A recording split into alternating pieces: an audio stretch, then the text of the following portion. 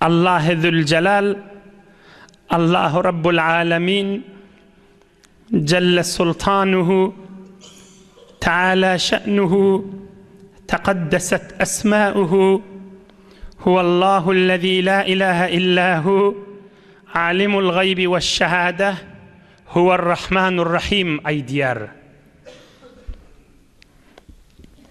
Yanı manalarını eşittiniz, periştelerin yaratılışından, yergöğün yaratılışından ve ayın ve yağıllar ve tamam nıgmat Allah'danlığı ve insanın ağlanmasızlığı geçecek dünyaya ve ağlanan adam zarar çekip ağlanmadık adam cennet verileceğinin manası aydıllı. Mahtumul-i şan diyar, dünya ahiretin keştu karıdır. Tohum seçeveri naga yatıp sen. Dünya ahiretin keştu karıdır. Tohum seçeveri naga yatıp sen. Bir dünya ahiretten çürüyüm ekran cay. Orok cay, ormol cay beylesi. Amalın et diptir. Qowi işlerini et, peydanı yetir. Zererin sakla. Zererli dilin sakla. Zererli elin sakla. Peydalı dil, peydalı el, peydalı mal, peydalı nüfuz, peydalı sözün ütkürlüğü, tesbihler, dehretler, bedenin pak bolup gezmekler, halal ırskalın izinle gezmekler, ömrünü filmlerin önüne boş geçirmesizlik, kuşilin önüne ömrün geçirmesizlik. Müslüman adamın hükmellikte ediyen ve bilmeli yağdaylarda. Tohum seçeveri naga yatıp sen boş geçirme deyiptir. İştensiniz müdam Ahuncal'ın ağzında vardır. Allah'ın dostlarının biri Hazreti İbrahim İbni Edhem deyip. İnşallah hemmeniz şart içerleriniz bilen hemmekiş bir eştilen adamsı Sultan Bayezid Bestami yali, Hazreti İbrahim Edhem yali, Hudayın dostları her gaysi bir zatte evde da İbrahim Edhem halal çörek imede evdemiş. İbrahim Edhem padişahın oğlumuş. Padişahmış, şahzademiş. Tamam tarihlerde onun tövbasına aydiyar av atmana çıkıptır, şekara çıkıptır. Av atmana çıkanna bir yerik baranna bir şagal ya bir tilkini ürküdüptür. Beyrek barıp tavşan vuracak bolup onu ürküdüptür, kovalaptır, bukunuptır. Aham sefeştiptir. إذ هتف هاتف ألهذا خلقت أم بهذا أمرت Ey şahzade şunun için yaradılın mı sen deyiptir. Şeyittirip ömrün geçirmeden çüreyim sana buyurulun mu deyiptir. Huday sana şunu buyurdu mu deyiptir. Alihâzâ hulikta em bihâzâ umirte Allah sana buyurdu mu şeyittirip eyvallar ürküdük gezip ben deyiptir. Ömrün şeyittirip geçirecek mi deyiptir.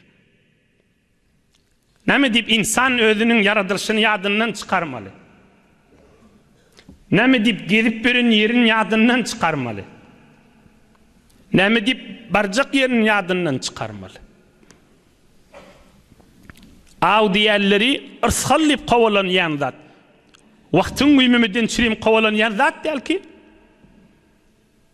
Meğer şundan çüreyim yaradılın mı sen deyiptir. Niyazın mamışına deyiptir. Halalım deyip iyiyen morsa yine bir zat deyiptir. Atından düşüptür. İnni o ses asmanın yelenir, yüreğine kuyulanır, ya bir bukunup duran Hudayın dostu tikellin arasından, bağlın arasından kıyıgıranır, onu Allah biliyor. Şu ses İbrahim Edhem'in yüreğine kulağına gelttirdi. Alihâzâ hulikta ey padşahın oğlu, şunun için yaradıllığını sen deyiptir. Oham atının yanına varıptır. Oham yine ses geliptir eyerinden. Wallahi mali hada huliqta. Allah bilen ant bolsun sen bir etýän işiňden çürüm yaradylaňak deyipdir. Wallahi mali hada huliqta. Ey sesimi eşitýän, ýok, ey kepleýän evvel ödüm. Ve soňram ey sesimi eşitýärler. Onun için yaradylmandyr insan. İnsanyň yaradylşy ýani Kudret Allah'ın kelamının manasını aydıllıda. Kudret Allah'ın kelamının manası aydıllı. Yönü bir Allah'ın dostlarının kıssalar ve manalar aydılyer. Tebir nesihat porum bolsun deyip. Yoksa yan manalar kamil aydıllı. 9 mi 8 mübarek ayetin manası aydıllı. Bol ya ahuncan manalar allık deyip. Hem Mehmet çıkıp gidivermeli öyümüze aşın. Yerden göğden, perişteden, dünyadan, ahiretten şunqı mübarek ayalarda aydıllı.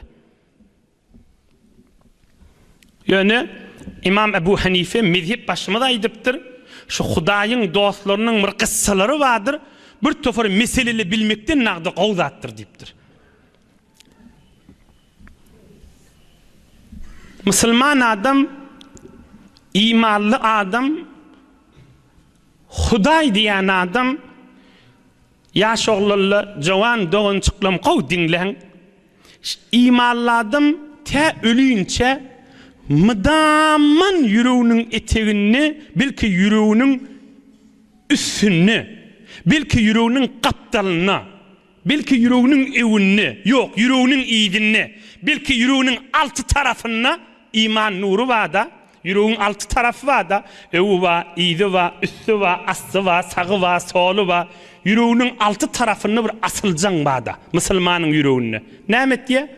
Bazara gittiye geliye, bir soğa vişesi ödöd begeniye. Ve Hudaýym hoş edendirin menni. Bir günah işler etdiye ödöd yığınaniye. Ve men günah ettim, Hudaýyň qaharyna tiňamasam boljak dip, Hudaýyň qaharyna düşämasam boljak diye. Şu mıdam şu yol, şu bernama Müslüman ölünçe başına bada. Şol çyn nur iman naşa. Çyn bir altından erzişli, altından bahalı, belki Hudaýyň dostlarynyň aýtmyşy ýanyk cennetden erzişli nygmat şol. İman nuri. Allah'ın tanımak nuri. Allah'ın diyenini beğenip, Hudaýyň diýeninden çykanyna gynanmak nuri. Günah ediýär, narahatda asılıp duda yüreğinden.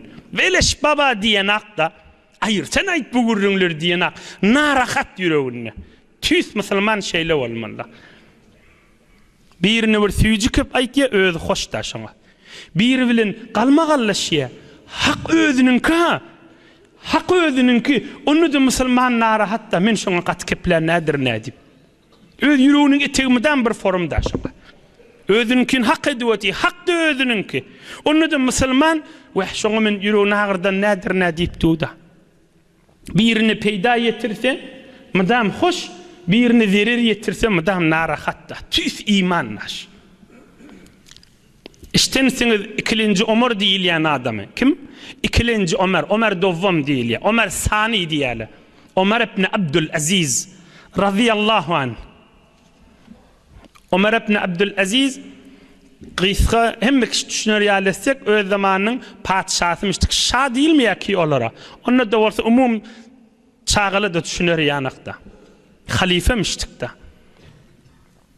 Ol aýdýar فَلَمَّا أُعْتِيتُ مَا لَا أَفْضَلَ مِنْهُ فِي الدُّنْيَا تَاقَتْ نَفْسِي إِلَى الْجَنَّةِ كَذَا فِي السِّيَرِ لِلْعَلَّامَةِ الذَّهَبِيِّ التُّرْكُمَانِي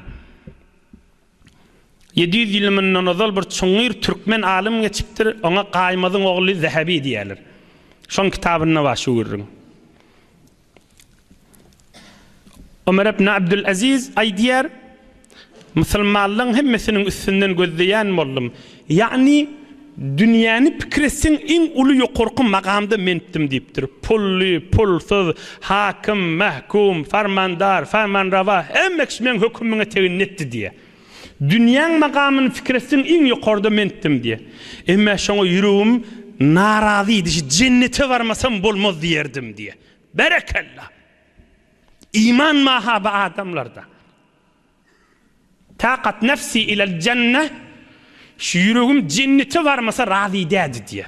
Dünyanın makamını göz tükmerdim diye. Qaytay deyin namune.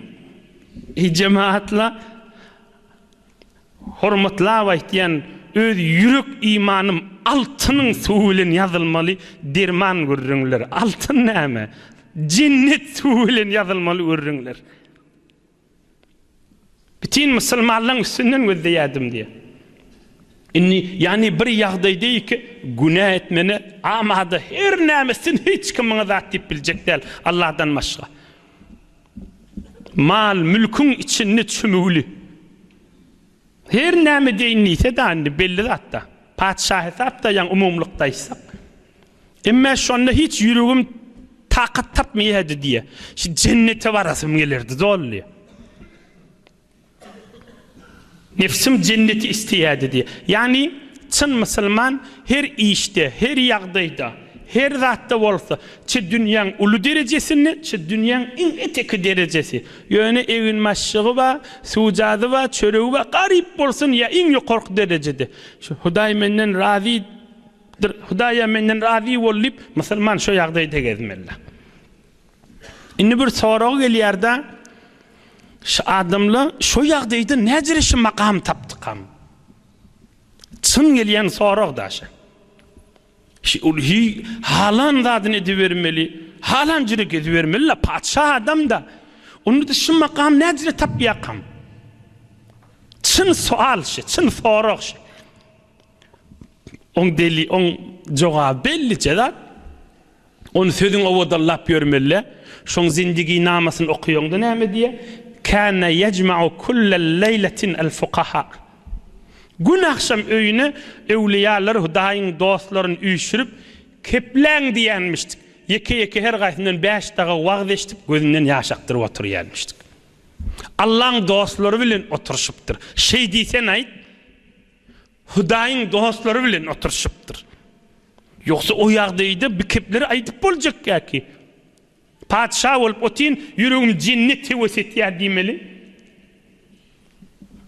Padşah bolup otin yüreğim cennete wesetýär diýmeli.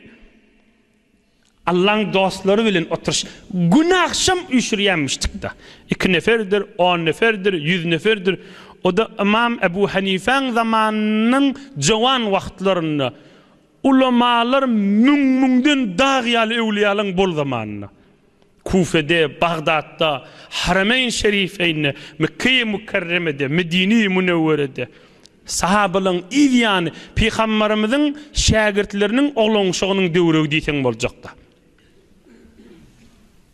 Oturşýanmışdyk, olan kefinden hayırlanýanmışdyk. Olar bilen otyqa sogap kazanýanmışdyk. Olan ýanyny otyqa gıybet töhmet ýokmuşdyk. Olan ýanyny otyqa aza ýokmuşdyk. Olan ýanyny otyqa günah ýazylmaýar. Belli zatlarda.